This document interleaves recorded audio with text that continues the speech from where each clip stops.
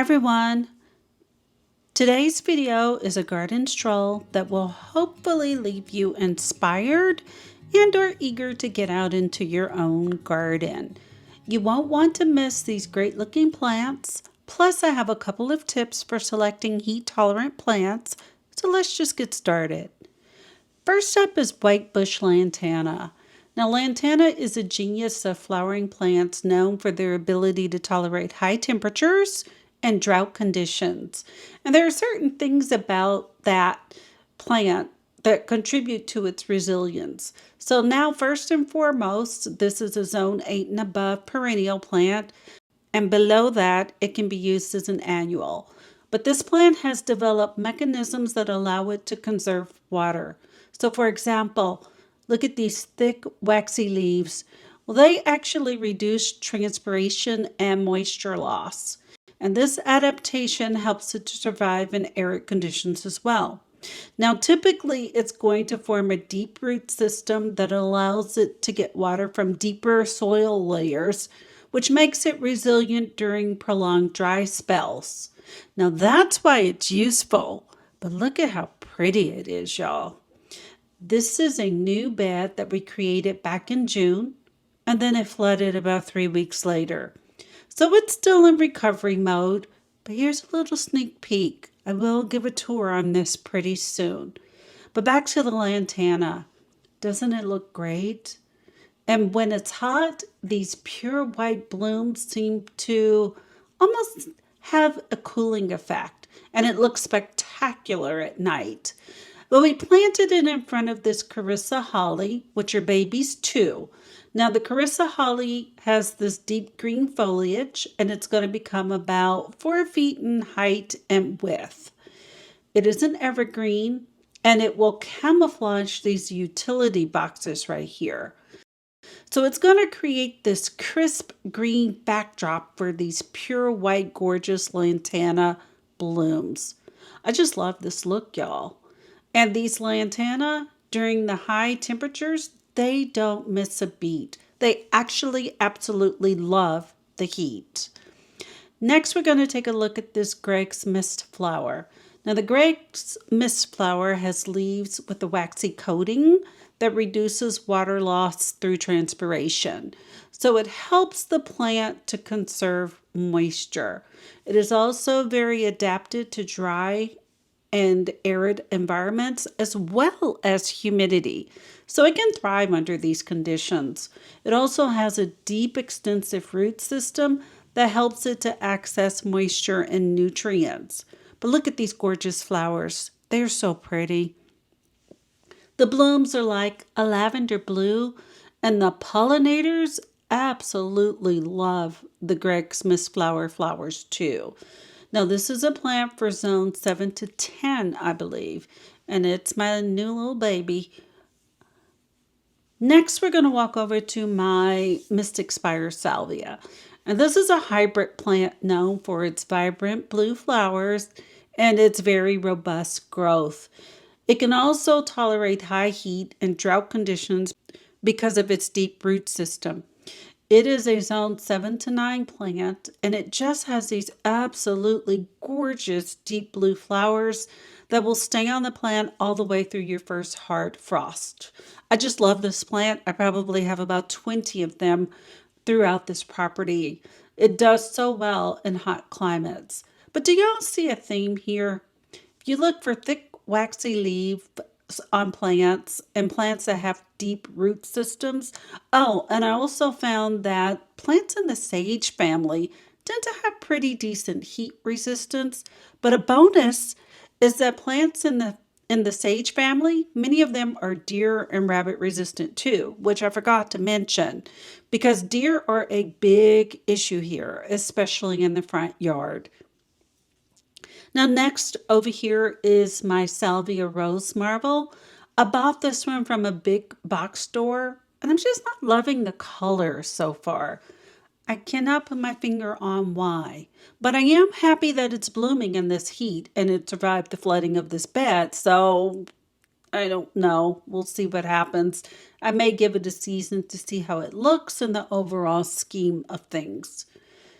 But right now, I really don't know. So let's walk over past the front bed, and weeding, as you can see, is never ending. Even with thick layers of mulch, it's just never ending. But this I can handle. This is the peewee leagues of weeds compared to what happens in the backyard. Now over here, that's my dead dwarf Burford holly. It died at the very beginning of this season, and I still haven't gotten around to digging it up to see what's going on. But if nothing crazy is happening this fall, I'm going to replace that plant because I really need a trio right here. Okay, so moving on around the corner and coming out around the corner for a bit, we are getting photobombed by Mr. Lizard. And here's the Beyond Midnight Caryopteris. This one really comes into its own. It starts taking off in the summer and it's looking really good, pretty good. In front of it is this pure amethyst butterfly bush that needs to be deadheaded. Those brown blooms are very unsightly to me, but I haven't gotten around to deadheading this week. Now the Caryopteris has a little yellowing of the leaves, so I'm going to have to check that out and see what's going on. Maybe take a closer look. But y'all, to be perfectly honest, right now, every time I go into this bed, something scares me as it comes running out. It is that season. But look at that gorgeous color. That's the one thing about Beyond Midnight Caryopteris. It has such a gorgeous, what some people call blue and some others call purple blooms. I grew up calling it purple, so okay, whatever. We should come up with a new name, maybe blurple. Maybe that is the compromise. Anyway, I have 1, 2, 3 debunk boxwoods over here. I will be so happy when they grow up and create some type of backdrop presence for these plants because they become about 8 to 9 feet in height, 2 to 3 feet in width. And I have one back there that you can barely see. Remember, y'all, I'm starting from square one. There was nothing but dirt.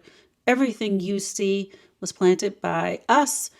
And then over here, I have my featherfall Carex, and I'm really thinking about either taking all 3 of them out and putting something with a little more structure, maybe something that flowers in its place. But I do like the strappy foliage, so the texture that it brings.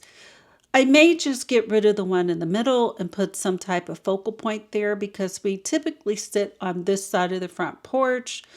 Well, okay, that depends. If we're exhausted from working and the other side is closer, we sit over there. But we would like to sit and see something. Please excuse my packages as I walk over to the other side. Now, this is my Veronica Lavender Lightsaber, which was a real problem child. Actually, it still is, but we won't get into that today.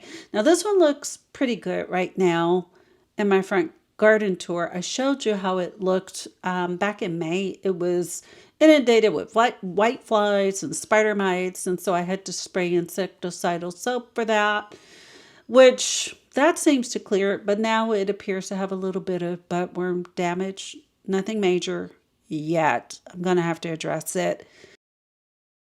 But anyway, let's walk into the backyard. Okay, so one thing that I discovered, and I'm going to turn around and show this to y'all. And this is my third El Niño Chitalpa, and it's starting to take off a bit. Now, this one was planted in the fall of 2024, so a few months ago, and it was a quart plant. My vision is to have that lovely light pink next to the blue of the Mystic Spires Salvia. But I'm going to step back a bit so you can see what I'm going for here.